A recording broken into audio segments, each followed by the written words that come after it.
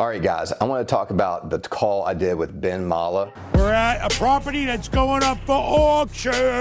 You know what that means? Highest bidder gets the deal, and you only got 30 days to pay for it. I know this area like the back of my hand. If you don't know who Ben Mallah is, he's a massive real estate mogul. I think he's been in the business for 35 years plus, and he offers what's called a consult with Ben. And if you guys have a deal going on you need help with, it's definitely buy and hold, I suggest you reach out to Ben. So I'm just going to go over quickly just the 6 things I learned from Ben when I was trying to buy an apartment building in 2020. Let's get into it.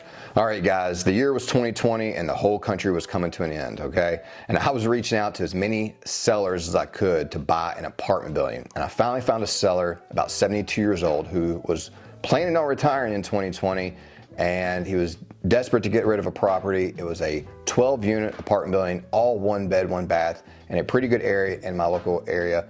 And I needed to buy this property. The only problem was banks weren't lending. This was like the start of the pandemic. I couldn't get a loan, and I didn't know anything about apartment buildings. I had 1 single family house at this time, and I just reached out to Ben. I said, hey, I need some help, and these are the things he told me about. Very first thing he mentioned was to find a mortgage broker who could go out and find a loan for me through any means necessary, okay?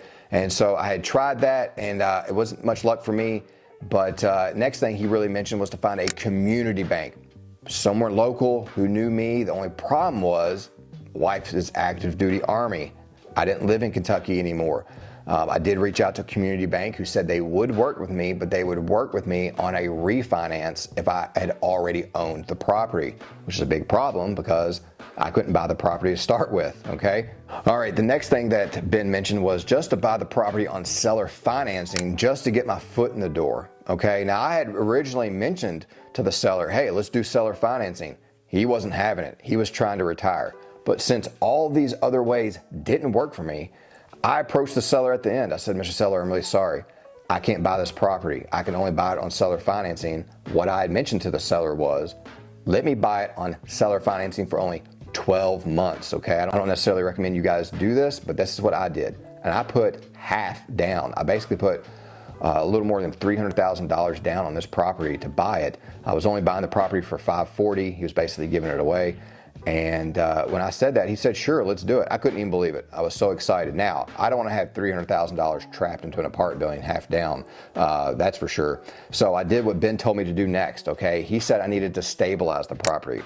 Basically, I need to get all the bad tenants out. I need to start getting the rent rolls up. I see to make the value of the property better than it was, and that's exactly what we did. We stabilized the property. We started getting out the tenants that weren't paying and evicting. Tenants at this time were only paying, I think, $400 a month. It was unbelievable. The seller hadn't raised rents in like 20 years. What coincides with stabilize is a value add. How do I make this property worth more than it was when I bought it?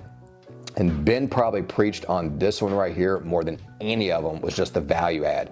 So we started raising rents. We started making the units better. As tenants moved out, we replaced carpets, paint, making the property better, getting better tenants in there. We went from $400 a month in rents, which is super, super cheap, to $775, and I'm able to rent these units in a week every time they come open. Now, I got to get that money back. Can't have $300,000 sitting in a property. So when we got the property, we paid $540, had $300 into it. When I refinanced the property, it was worth $900,000, and I was able to pull all my cash back out of the property so that I didn't have the money just sitting there.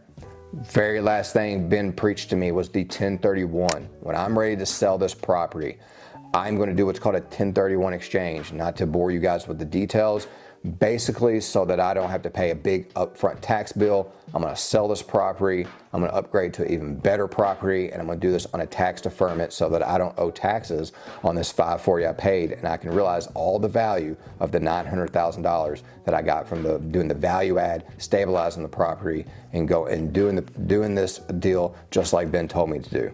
So guys, this is just some of the things I learned from Ben Mallah. He was one of the nicest guys I'd ever talked to. He was super kind. He wanted to talk even past the time limit we had to talk about real estate, but he loves talking about real estate. I learned a ton. I immediately took action, and that's the secret, guys. Take action with the things that you learn. I was able to buy this apartment building. I was able to do the value add. I'm in the 1031 stage now. I'm not selling the property yet, but that's where I am with this property, looking into the future to sell it. I highly recommend you guys checking out Ben Mallah's videos. If you've ever done a consult with Ben, comment below. What did you guys think? And I'll see you on the next video.